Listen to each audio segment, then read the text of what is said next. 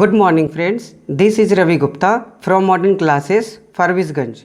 In this video, I will explain you about Indian civilization and culture, and this is the part 3 videos of Indian civilization and culture. If you have not watched part 1 and part 2 videos, then just click on I button in the right top corner of your mobile screen and watch part 1 and part 2 videos. If you don't understand English, don't worry, I will explain everything in Hindi also. Last video में हम लोगों ने 8 paragraph तक पढ़ लिया था. अब हम लोग 9th पैराग्राफ से स्टार्ट करेंगे. हाँ, एक बात और, अगर आप इस चैनल पर नए हैं तो प्लीज़ हमारे चैनल को सब्सक्राइब कर लीजिए और वीडियो को लाइक कर दीजिए, क्योंकि आपके एक लाइक से हमारी मनोबल बढ़ती है और YouTube हमारे वीडियो को आगे प्रमोट करती है. आपका एक लाइक ही हमारे लिए सब कुछ होता है. तो अब मैं आपको आगे पढ़ाना शुरू करता हूँ और आप लोग मेरी उंगलियों पर ध्यान देंगे कि कैसे हिंदी मीनिंग किया जाता है. The Indian civilisation as described by me has been so described by its votaries. Votaries मतलब होता है फ़ैन, दोस्त, प्रेमी, इनके चाहने वाले लोग. तो कह रहा है कि द इंडियन सिविलाइजेशन, भारतीय सभ्यता, एज डिस्क्राइब्ड बाय मी, जैसा मेरे द्वारा वर्णन किया गया है. इस किताब में महात्मा गांधी जी बोल रहे हैं कि भारतीय सभ्यता जैसा कि मेरे द्वारा वर्णित किया गया है या वर्णन किया गया है, has been so described by its votaries. भारतीय सभ्यता का वर्णन इसके प्रशंसकों या चाहने वालों के द्वारा और भी काफ़ी अच्छे तरीके से वर्णन किया गया है. In no part of the world, संसार के किसी भी हिस्से में नहीं, और अंडर नो सिविलाइजेशन, और ना ही किसी सभ्यता के अंतर्गत. ध्यान देंगे फिर से यहाँ पे, in no part of the world and under no civilization, संसार के किसी भी हिस्से में नहीं और ना ही किसी सभ्यता के अंतर्गत, have all man attend perfection. मतलब ये जो हैव है ये एक हेल्पिंग वर्ब है. आप सभी जानते हैं प्रेजेंट परफेक्ट टेंस में हम लोग हैज़ हैव का यूज़ करते हैं. तो हैव के बाद क्या आता है? भीतरी आता है. तो ये देखिए अटेंड, ये भीतरी हो गया. अटेंड मतलब धारण करना, ग्रहण करना, प्राप्त करना. तो अब जो ये हैव हेल्पिंग वर्ब है, इसका सब्जेक्ट कहाँ है? इसका सब्जेक्ट ये है, in no part of the world and under no civilization. ये है किसी भी मतलब संसार के किसी भी हिस्से में नहीं और ना ही किसी सभ्यता के अंदर. मानव संपूर्ण, ऑल मतलब यहाँ पे क्या पढ़ेंगे? संपूर्ण. मैन, MEN मैन जो होता है वो सिंगुलर होता है. तो एक आदमी, MEN मैन है तो ये प्लुरल है, यानी कि पूरे मानव जाति या मानव समाज. तो अब हिंदी कैसे करेंगे? संसार के किसी भी हिस्से में नहीं और ना ही किसी सभ्यता के अंतर्गत संपूर्ण मानव जाति को पूर्णता प्राप्त हुआ है. The tendency of Indian civilizations is to elevate the moral beings. भारतीय सभ्यता की ऐसी प्रवृत्ति रही है. टेंडेंसी मतलब प्रवृत्ति. भारतीय सभ्यता की ऐसी प्रवृत्ति है कि मानव समाज को, मोरल बींग्स को, यानी कि मानव समाज को बढ़ावा देना होता है. दैट ऑफ, ताकि, जबकि, दैट ऑफ मतलब जबकि, the western civilization is to propagate immorality. जबकि पश्चिमी सभ्यता का टेंडेंसी क्या रहा है, प्रवृत्ति क्या रहा है? यह जो है अनैतिकता को बढ़ावा देता है. प्रोपिगेट का मतलब होता है कोई भी चीज़ को बढ़ाना, मतलब अपने आइडियाज़ को डिस्ट्रीब्यूट करना, बहुत जगह शेयर कर देना.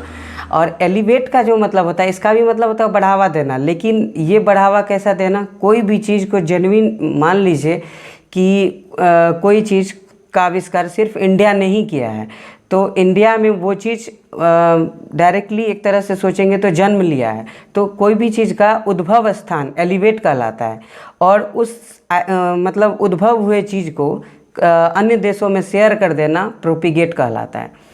तो भारतीय सभ्यता का क्या प्रवृत्ति रहा है? मानव समाज को बढ़ावा देना होता है, और जबकि पश्चिमी सभ्यता जो है अनैतिकता को बढ़ावा देता है। The latter is godless. Latter मतलब हो गया कि बाद में मतलब आधुनिक युग। द लेटर इज गॉडलेस, आधुनिक युग देवत्वहीन होगा। गॉड मतलब भगवान, देव लेस मतलब भगवान के हीन होगा, यानी कि एक तरह से हम लोग बोल सकते हैं नास्तिक होगा। द लेटर इज गॉडलेस, जो आधुनिक युग है वो नास्तिक है। The former is based on a belief in God. जो आपको देखिए यहाँ पे फॉर्मर का मतलब होता है कि जो पुरानी सभ्यता थी, यानी कि जो भारतीय सभ्यता थी, तो भारतीय सभ्यता भगवान में विश्वास रखने पर आधारित है। जो देखिए कहने का मतलब ये हुआ कि जो आधुनिक युग है वो देवत्वहीन है, एक तरह से नास्तिक है, और जो हमारी पुरानी भारतीय सभ्यता और संस्कृति है वो भगवान में विश्वास रखने वाली है।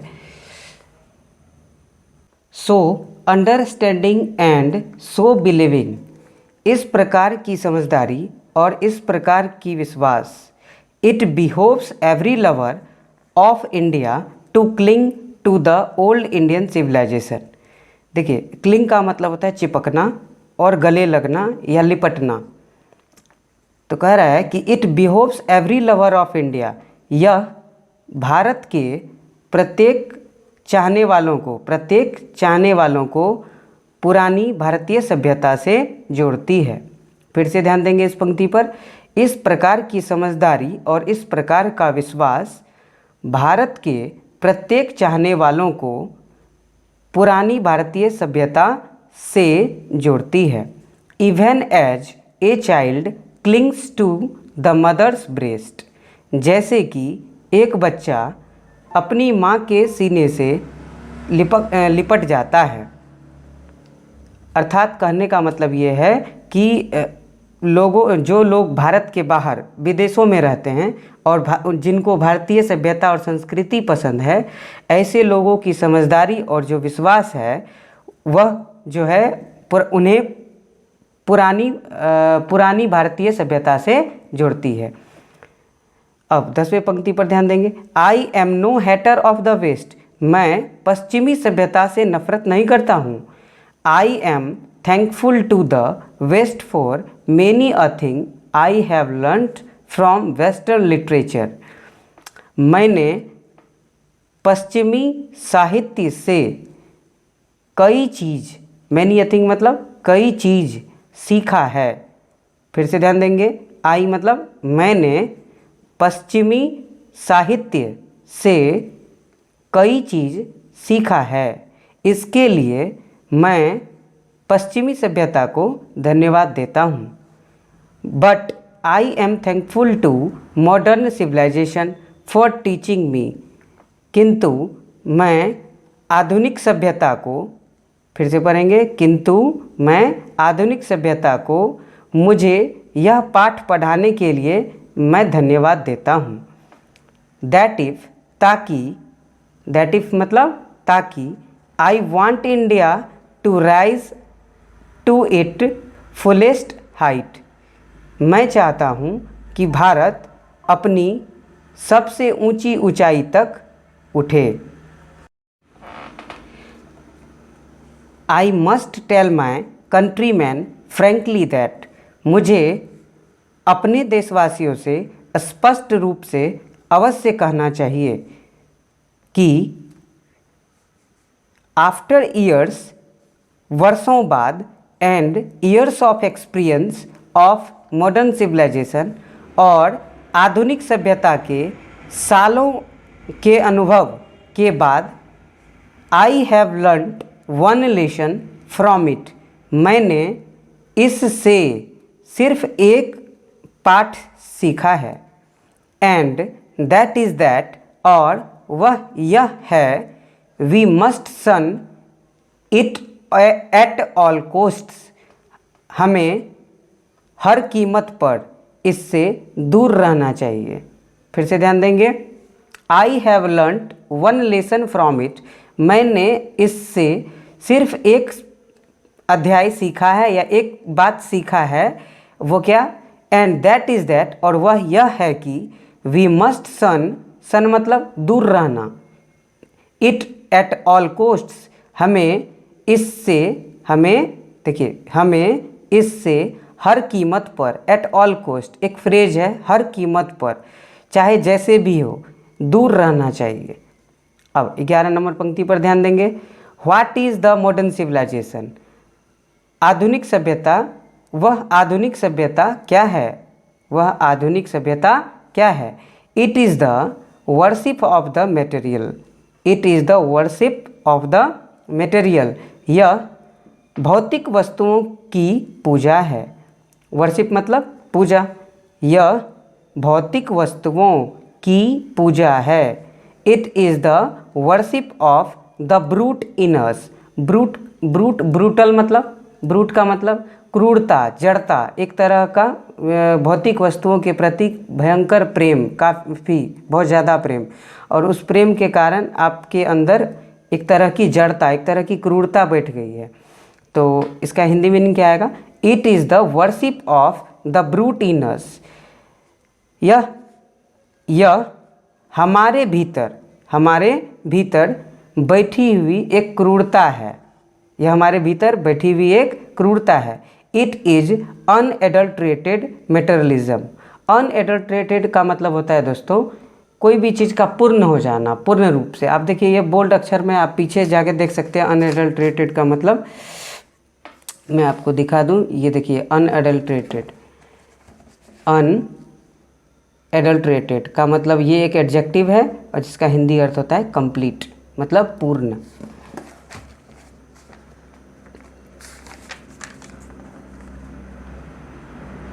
तो हम लोग कहाँ थे? इट इज अनएडल्ट्रेटेड मटेरियलिज्म, यह पूर्ण रूप से भौतिकवाद है। And modern civilisation is nothing, और आधुनिक सभ्यता कुछ भी नहीं है। If it does not think at every step of the triumph of material civilisation, भौतिक सभ्यता की विजय के प्रत्येक कदम पर नहीं सोचता है। It is perhaps unnecessary if not useless to weigh the merits of the two civilizations. ध्यान देंगे, it is perhaps unnecessary if not useless to weigh the merits of the two civilisations.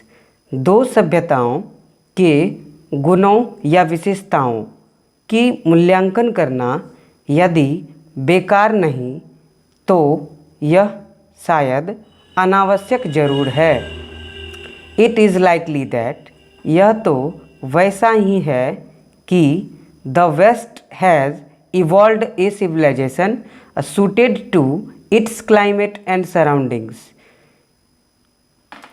पश्चिमी देशों ने अपने जलवायु और पर्यावरण के अनुकूल एक सभ्यता विकसित की है। एंड सिमिलरली, और ठीक उसी प्रकार, we have a civilization suited to our conditions. उसी प्रकार, ठीक उसी प्रकार हम लोगों ने भी अपनी स्थितियों के अनुकूल एक सभ्यता विकसित की है। एंड बोथ आर गुड, और दोनों अच्छा है। इन देयर ऑन रिस्पेक्टिव स्पेयर्सेस, और दोनों, ध्यान देंगे, और दोनों अपनी अपनी परिवेशों में अच्छा है। दोनों सभ्यता जो है अपने अपने परिवेशों में, अपने अपने स्थानों पर अच्छा है।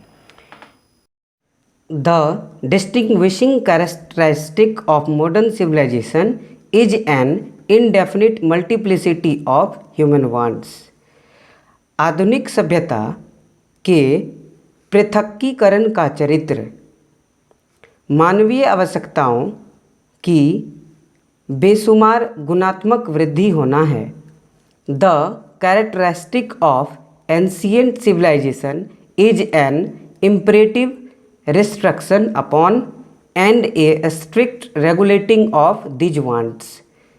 प्राचीन सभ्यता का चरित्र इन मानवीय आवश्यकताओं के ऊपर एक सकारात्मक नियंत्रण है और एक कठोर नियंत्रण है। इन आवश्यकताओं के ऊपर एक कठोर, स्ट्रिक्ट मतलब कठोर, फिर से ध्यान देंगे, इन आवश्यकताओं, दीज वांट्स मतलब इन मानवीय आवश्यकताओं के ऊपर एक कठोर नियंत्रण है।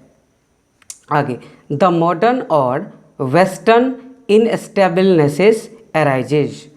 आधुनिक या पश्चिमी देश असंतोष उत्पत्ति करता है।